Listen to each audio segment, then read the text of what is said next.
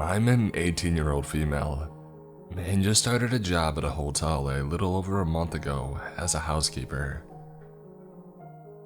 The hotel is located in the very rural Midwest, and not a super busy hotel except for the occasional family reunions checking in and the few workers passing through the state. Many of the people who come through are older, 40s, 50s, and upwards. When I first started, my parents had told me to be careful because the hotel was sketchy. I never really found it to be sketchy, or the people passing through to be until one day about 2 weeks ago. I had just clocked in around 10:30 and headed down to the end of the hall opposite of where the lobby was to start on my stayovers, rooms where people had stayed more than one night. At the end of the hall, there were 4 rooms tucked into almost a corner, I want to say. You can't really see the doors to these rooms until you reach the end of the hallway.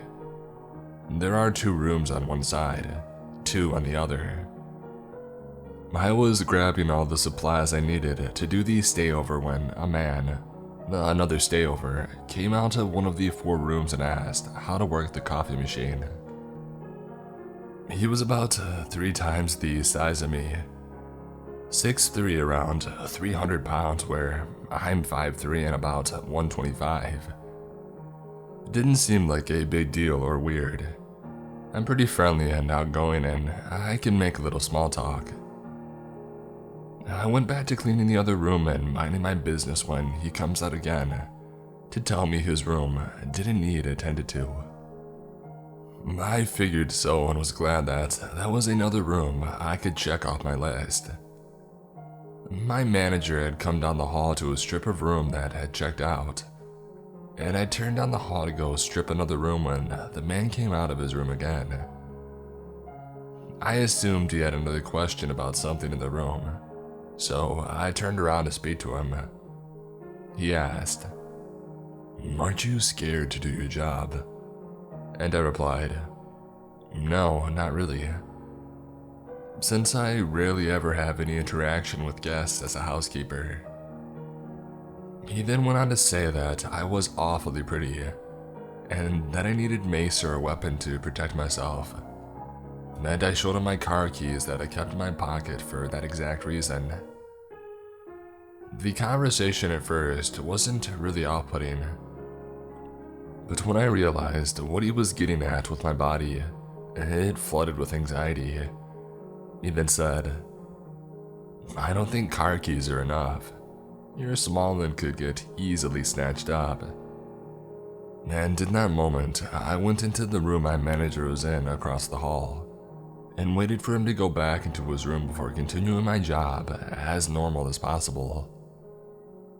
That experience really shook me up, and I sat in another room down the hall for about an hour, crying and having anxiety attacks because I thought this man would try to find me in whatever room I was in and kidnap me. To the man who stayed in room 131 a few weeks ago, let's not meet.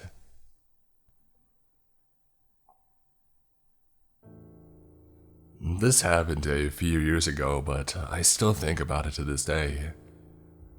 I was on holiday in a city on the other side of the country celebrating my 21st birthday with my best friend.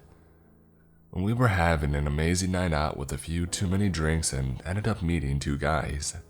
Let's call them Andrew and Billy. They seemed like really cool guys and we were into them. So when they asked us back to their hotel room, we said yes. Obviously a silly idea, but we were young and drunk. Things were great on the way back to the hotel room. We were all laughing and having a great time. When we got back to the hotel room, there were 2 other men there as well. Let's call them Ricky and JD, who were at least 10 to 15 years older than us. They gave us creepy vibes, but we brushed it off. We asked Andrew and Billy who these guys were, and they said that they were their colleagues as they were in the city for work and the company had paid for the rooms. So Andrew and Billy were in different rooms, but we were all partying in Andrew's room that he shared with Ricky. I got a little bit too drunk and my friend put me to bed. She said that she was going to Billy's room and asked if I would be okay with Andrew, and I said yes. Keep in mind, my friend didn't have a phone either, so we basically had no way of getting in contact with each other. Another stupid thing, I know. So, I had been in the bed for a while with Andrew, just talking and chilling when he says, "I just have to pop out and I'll be right back." I assumed he meant just out of the bedroom, not out of the actual hotel room. But he left the hotel room to get something from Billy's hotel room. Anyway, I was just watching TV in bed when the bedroom door opens, and I assumed it was Andrew. But my heart sank when it was Ricky, the weird colleague. He walked into the room and sat on the bed. Keep in mind, I'm very naked at this point, trying to cover myself with a blanket. He said, "You do realize that everyone has left you alone in here, right? It's just you, all alone. No one is here and no one can hear you." And he continued edging closer and closer to me on the bed. At this point, I was completely speechless and absolutely terrified. I was completely frozen in fear and I had no idea what to do. I tried to say something, but nothing came out. He definitely sensed my fear, and for some reason, he just got up and left. A sense of relief flooded me, and I felt silly for overreacting. That wasn't until I heard JD, the other random colleague, shouting, "Get the heck back in there! What are you doing? This isn't what we discussed. Get the heck back in there and do what you were meant to do. Who gives a crap about that girl? Just get back in there and do what you need to do." I ran to the bathroom and locked myself in, because I was so scared, but there was no way out, and the only way out of the hotel room was through the front door, and I had to walk past Ricky and JD to get there. I was just so terrified. I had a million thoughts rushing through my head, and I had no idea what to do, but I knew I had to escape. I decided my only option was to just leave the room and be ready to defend myself if things were to go pear-shaped. I threw my clothes on and I grabbed my shoes. I opened the door and Ricky and JD were sitting on the couch close to the bedroom door. JD said, "Hey sexy, where are you going in such a rush? Come and join us, come here right now." I said, "No thanks," and ran to the front door and ripped it open. When I got out, I was so relieved, but I was still in a random hotel in a random city, with no way to contact my friend. But I thought my best option was to just go to the lobby and wait. As I was walking, I heard two men yelling down the hall. "Where are you? We know you aren't too far away. Come back and join us. You know you want to." It was Ricky and JD. I was absolutely terrified at this point, and I began sprinting to the elevator. Now I could hear them gaining on me. I never knew I could run so fast, but I just continued and didn't look back. I felt like I was running forever until I reached the end of the corridor, and my worst nightmare had come true. I missed the turnoff of the elevator. I'm an idiot, I know. So I had to turn and run back towards where I could hear Ricky and JD still yelling down the hallway. I found the elevator and got in. I could hear their voices getting louder and louder, and I didn't want to imagine what would happen if they got into the elevator with me.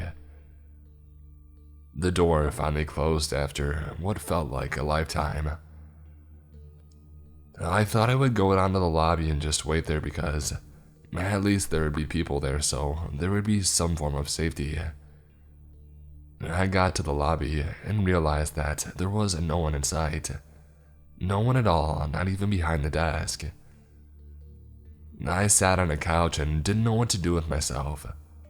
I was absolutely terrified that Ricky and JD would come to the lobby. Then I heard the elevator ding and the door open. My heart dropped, but it was Andrew. I told him what had happened, and he was outraged that his colleagues did that, and he took me to where my best friend was.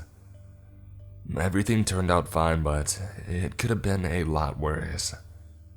So Ricky and JD, let's never meet again.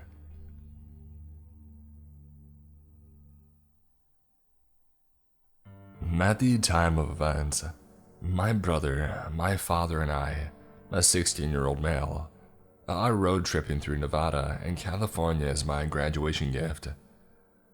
It is the end of August, and after a long trip, coming from Las Vegas, cruising through Los Angeles, and heading north across to California, we decide to stay in beautiful Santa Barbara for a few days. My father finds a place to stay not too far from the beach, and we are all in wonder as to the movie-like beauty of the city that we are staying in. In the evening of our first night there, being back to the place shortly after feasting on greasy and savory pizza from Rusty's Pizza Parlor, and walking along one of the most beautiful beaches in the USA, I start to get bored in the room. After having watched the television with my father and my brother for about an hour, to change the scenery a bit, I decide to peek through our room window. As I kneel on the raspy purple carpeted floor and draw the thick and heavy curtains out, a sense of dread takes hold of my whole being. I'm startled by the thing I see right across the street, about 100 feet from my window. What I'm looking at is at odds with the beautiful picture-like frame created by the hotel lobby entrance arc, delimiting it from my field of view. A beautiful shadow and light setting created by the streetlight beam on the pavement on the other side of the road reveals this man whose physical traits are hooded by the shadows cast downward by the light. Right under the streetlight, he is standing half in the light, half in the dark of the night, as if in the knowing of the effect the lighting has on him. He looks like he's in his late 20s, early 30s, and stares right at me. His gaze, like a laser beam, I can feel all the way down to my kidneys. I can't see his crazy eyes from this distance, but I can feel them, as my subconscious picks up on the intent, which is not good. He seems to have waited for me to look at him for a long time, as if he knew it would happen. He seems to have known, just as you know you will hear thunder after seeing a lightning. A few seconds after he's made aware of my awareness of his presence, still staring at me, he starts in a slow, clock-like motion, sliding his index finger sideways across his throat, underneath his jaw from left to right, over and over again. It is as if he is silently telling me, "I'll kill you. That's right, I'll do it. Yes, yes." As the floor beneath me starts to sink and a taste of metal overwhelms the top of my tongue, I close the curtains as quick as if my life depends on it. I then turn my upper body away from the window, towards my father, and tell him what I saw. He seems to shrug it off, and talking over the baseball game on TV, tells me to let it go. But I can feel, along this calm vibe of arrogant carefreeness coming from him, a hint of uneasiness that I can taste on the back of my mouth. 30 seconds go by, and I stupidly kneel uncomfortably again on the carpet below the windowsill. After loudly swallowing for luck, against my best judgment, I draw the curtains out a second time, but this time, my hands stop at the width of my head, allowing me to view just enough of the outside world to be able to grasp at what is happening outside of my seemingly safe room. there he is again. Only this time, the man is standing 2/3 of the way to where he stood the first time I saw him.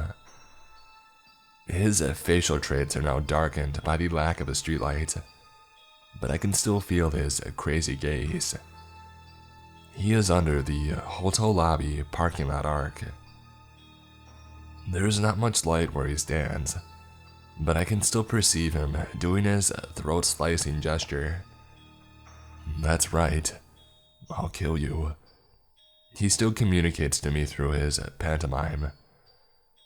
There is this desperate feeling of unfair doom in realizing that your poor, vulnerable self is the target of something evil that doesn't even know you as a being, with needs and fears but knows and wants something from you which you are oblivious to. I'm starting to feel queasy and frightened. I close the curtains quickly once again and tell my dad again of the man's presence and his approaching of the room. I get on the bed, trying to concentrate on the TV to forget what I've just witnessed. I don't remember if my dad looks through the window to confirm what's happening. I remember him telling me to stop looking outside, if what I see is scaring me and that we are safe in the room, which is locked.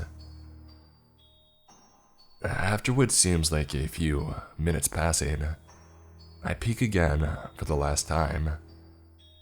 This time, the man is right in the parking lot, about 50 feet from our room, doing his gesture again.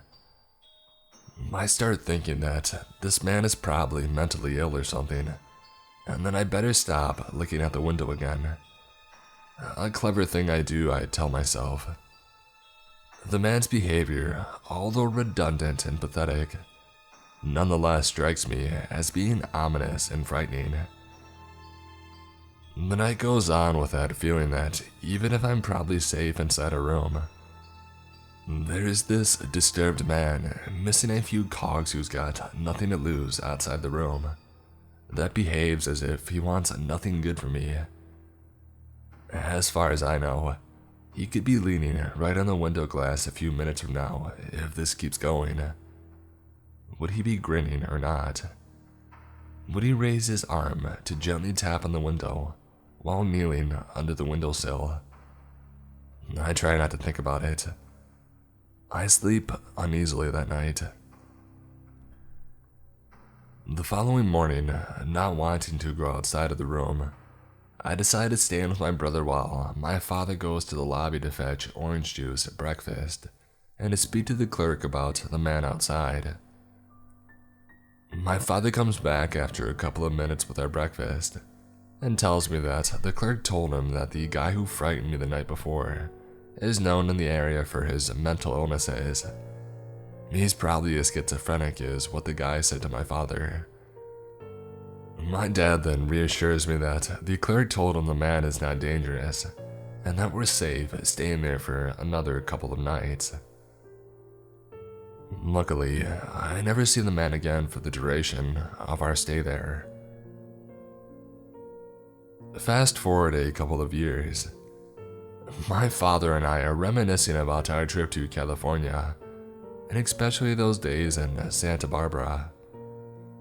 When the mentally ill man threatening me with his finger outside of our room is mentioned in the conversation, my father, as if relieved from not having to keep this thing secret anymore, let out that the morning after that dreadful night, the clerk had told him in fact to be careful with the man.